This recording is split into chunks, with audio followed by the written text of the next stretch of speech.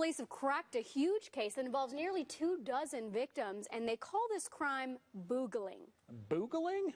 Yeah, Max and Tamara, we're starting to learn more about the gunman, Stephen Paddock, as police continue their investigation and release the names of more victims, 3 of which you just heard are from Utah.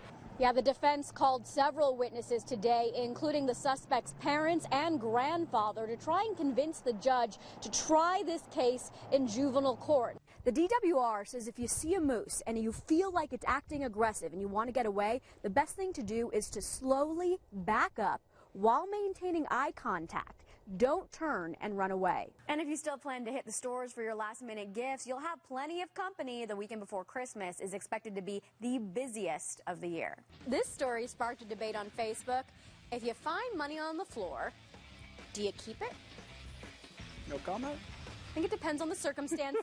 CareCuts has several events like this throughout the year. Since its launch 2 years ago, the organization has provided more than 2,200 haircuts and mini makeovers. If you want to get involved, we'll link you up on our website, fox13now.com. Looking out your rear view mirror or even a backup camera is not enough. Spot the Todd is teaching people to roll down both of their windows so they can hear children outside and take a look at your side view mirror before you back up. But what if the camera you bought to protect yourself and your family is being used by strangers to spy on you? Here's Fox 13's Kirsten Nunez. Certainly a crazy turn of events, but it all started this afternoon when we were called here to the office of Attorney Robert Sykes, who's handled several excessive use of force cases against police. Now, we want to warn you that some of the images you're about to see may be disturbing to some viewers. It was like a nightmare. It seemed unreal. Meet 61-year-old Jackie Sanchez. It's all numb because of nerve damage. He says these are injuries he received from a Salt Lake City police canine in late July. It's uncalled for and unjustified. In this body camera footage, you can see Sanchez lying on the ground next to a bus stop in front of the Matheson courthouse. He was admittedly inebriated, but says he wasn't breaking the law when he was approached by Officer Benjamin Hone and his canine. According to Hone's statement, Sanchez became verbally abusive.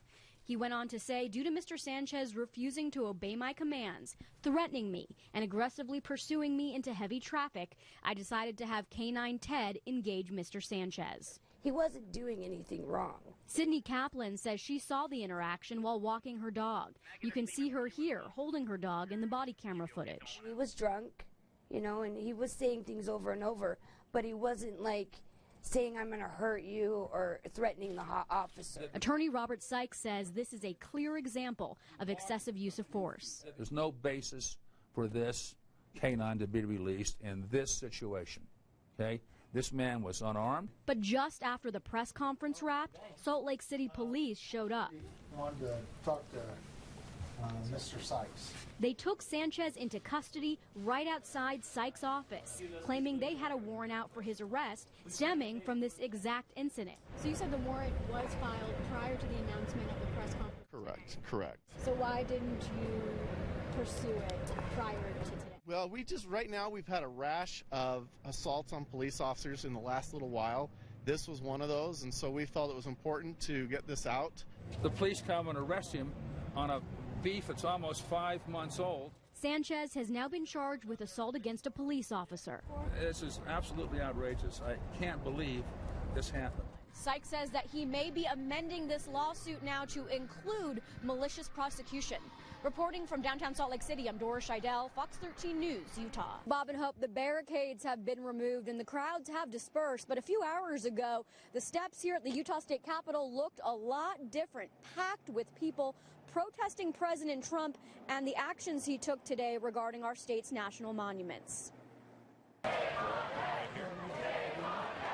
On his trip to Utah, about Utah, the president is welcomed by thousands of angry Utahns. The man has never spent a day in nature. How about he goes out and actually sees what he's doing? Braving the cold, holding signs with a clear message. The Utah people stand with their national monuments, and that these are really important places to Utahns and Americans. Inside the state capitol, President Trump signed 2 executive orders shrinking the national monuments at Bears Ears and Grand Staircase Escalante, an action that protesters say goes against the wishes of the Native American tribes. This is our land. This is where we live and where we grow up, and that's why it's significant, and our land needs to be protected. President Trump says he's doing what the people want, but these protesters aren't buying it. Whether politically motivated, Is that it's a political favor for Orrin Hatch, who still has sour grapes about how the Grand Staircase was designated 21 years ago, which is a shame because it's been a real benefit to our communities. or financially. We believe that his motivations lie with special interests. There is already an effort to put oil and gas leasing near Bears Ears National Monument. They say Both Senator Hatch and Donald Trump are on the wrong side of history. after demonstrating at the Capitol,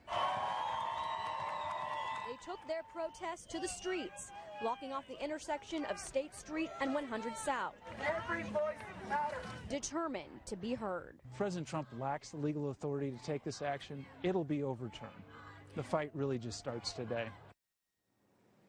So as you just heard, the legal fight starts today. Several groups, including the Sierra Club and the Southern Utah Wilderness Alliance, plan to file suit in federal court to stop these executive orders in their tracks. Reporting live from the Utah State Capitol, I'm Dora Scheidell, Fox 13 News, Utah. This is the race these Riverton runners had been waiting for all season. Our training plan, everything was geared towards state, so we wanted to win state for sure. Junior Blake Lewis was 400 meters from the finish line when he felt a sharp pain in his leg. And then like 300, it started really hurting, and then like 200, I just heard my bones snap. It was so loud, his mom heard it from where she was cheering. I thought he stepped on a branch. He fell to the ground screaming in agony. It was excruciating. Like, it was like no other pain I've ever felt. I have never actually heard him scream like that before. Blake's mom was about to hop the fence and run to her son when she saw his teammate Sean Roush run up to him. I put him on my shoulders. He was screaming the whole way, but you know, I kept telling him we're a family, we're a team, and we're all in this together. The rule at state championships is that you're not allowed to touch another runner during a meet. So both boys were disqualified, and for Sean, that was a pretty big sacrifice. This is my senior year. This was obviously my last opportunity to race at state, so this was obviously a big meet for me.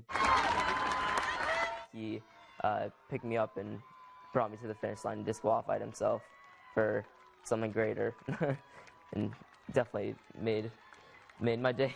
Sean carried Blake to the edge of the finish line and then helped him as he hobbled across. As soon as I saw him, I gave him a big hug and I told him he's a hero to me. I'm not a hero, I'm just Blake's brother. Sacrificing his success to literally pick up his teammate when he's down. I run thousands of miles with this guy, and like, you just, when someone picks you up, that you know that they love you, you know. You hope that your son